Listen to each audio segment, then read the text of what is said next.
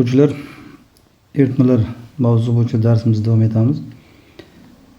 Keyingi navbatdagi masalalarimiz 300 gram mis sulfatning 15% eritmasiga mis ko'parasidan necha gram qo'shsak 32% mis sulfat eritmasi hosil bo'ladi.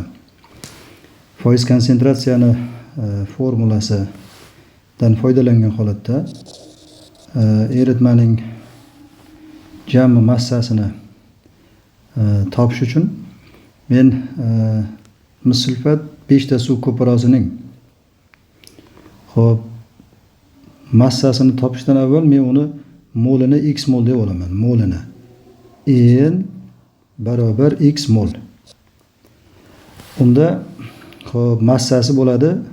Massasi 250x bo'ladi massasi.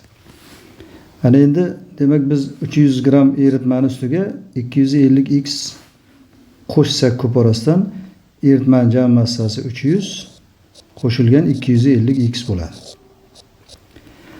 Eritmani ichidagi erigan modda mis sulfat esa avvaldan bizda 300 gramning 15% 45 gram mis sulfat mavjud va unga qo'shamiz 250x gram mis sulfat ko'parasining ichidagi mis sulfat 2 tuzining o'zi 160x bo'ladi. O'sha 160x ni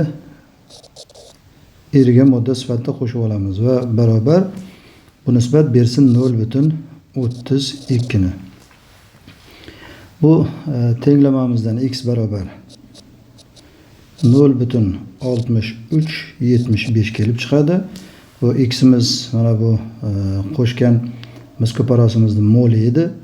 Yani 250 ga ko'paytirib yuborsak massasi kelib chiqadi. 250 barobar 159.375 gram mis ko'parasi qo'shishimiz kerak ekan.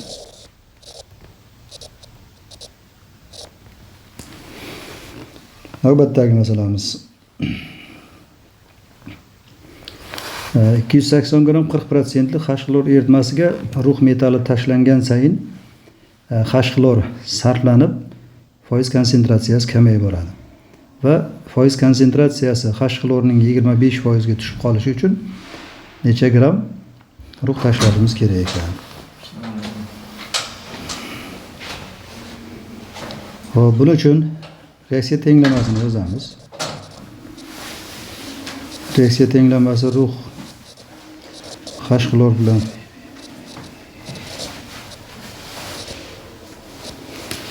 hop 65 gram rux 73 gram H-xlorni sarflaydi. Hop 2 gram vodorod ajralib ketadi. Bizda esa jami bo'lib turib 280 ning 40% 112 gram H-xlor bor edi. O'sha 112 gram H-xlordan 73x kirishib ketdi, sarflanib ketdi deymiz. Unda 65x rux tashlangan bo'ladi. 2x sarflangan vodorod ajralgan bo'ladi. 112x jami H-xlordan 73x sarflanib ketgan bo'lsa, minus 73x taqsim jami eritmaning massasi 280 ga qo'shishimiz kerak. 65x rux tashlayotgan bo'lsak 2x sarflanib ketyapti. Demak 63x qo'shilgan teng bo'lsin 0.25 ga. Bu tenglamamizdan x barobar 0.473 kelib chiqadi. Uni ko'paytiramiz 65 ga barobar 30.8 gram rux tashlashimiz kerakli kelib chiqadi. Xo'p, navbatdagi 3-masalamiz. Bunda ham reaksiya tenglamasini yozib olamiz. Temir sulfat kislota bilan ta'sirlashib temir sulfat tuzini hamda vodorod ajratadi. Xo'p, bizda 160 ning 28% 44,8 gram sulfat kislotamiz mavjud. 56 x temir tashlandi desak, 98 x sulfat kislotasi sarflanib ketgan bo'ladi. 152 x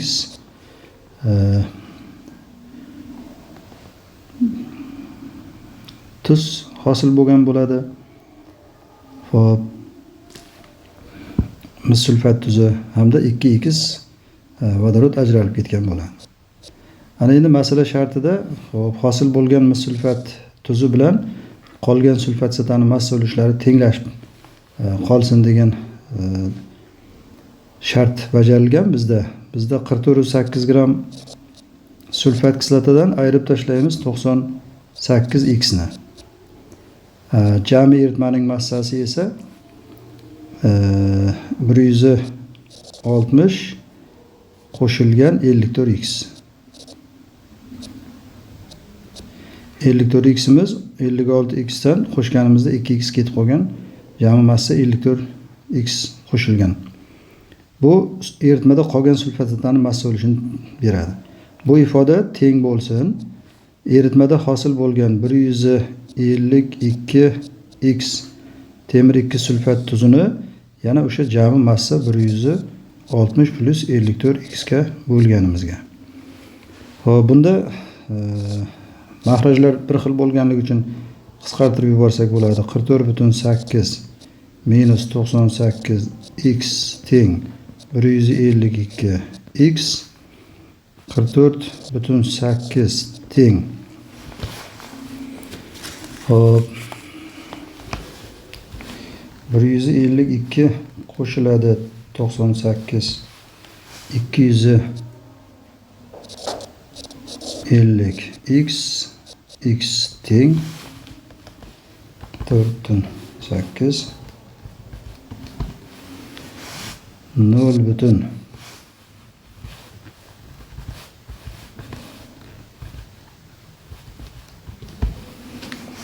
0,1792 x ko'paytiramiz. Xo'p, necha gram temir tashlasak 56 ga barobar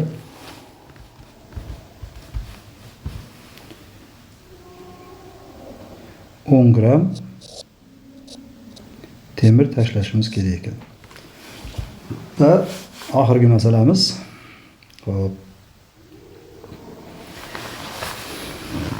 120 gram natriy sulfatning 28% eritmasiga necha gram bariy xlorid qo'shilganda hosil bo'lgan eritmadan natriy sulfatning massa ulushi 10% bo'ladi. Reaksiya tenglamasini yozib olamiz.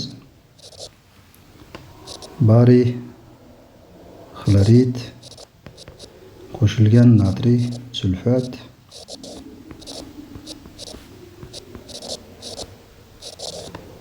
bariy sulfat cho'kma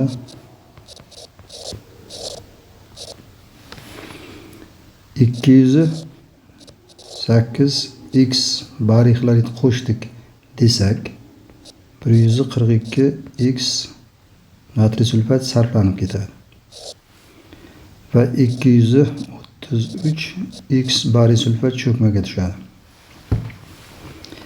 Mana endi bizda 120 ning 28%, 120 ning 28%, xo'p 33 6 gram natriy sulfat bor edi. O'shandan 142x kirishib ketdi. Ayirib tashlasa qolgan natriy sulfat qoladi. Ana endi shuni hosil bo'lgan eritmani massasiga bo'lsak 10% kelib chiqish kerak. Hosil bo'lgan eritmani massasi 120 ga 208x qo'shayapmiz. Bunda 233x cho'kmaga tushib ketyapti. Ikkovining ayirmasi minus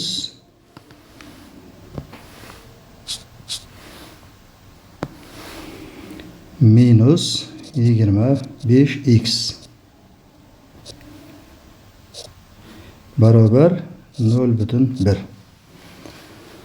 Xo'p, bu tenglamamizdan x barobar 0,155 kelib chiqadi va ko'paytiramiz. Bariy xloridning massasi 208 ga, molyar massasi barobar 32,2 gram bariy xlorid qo'shishimiz kerak ekan.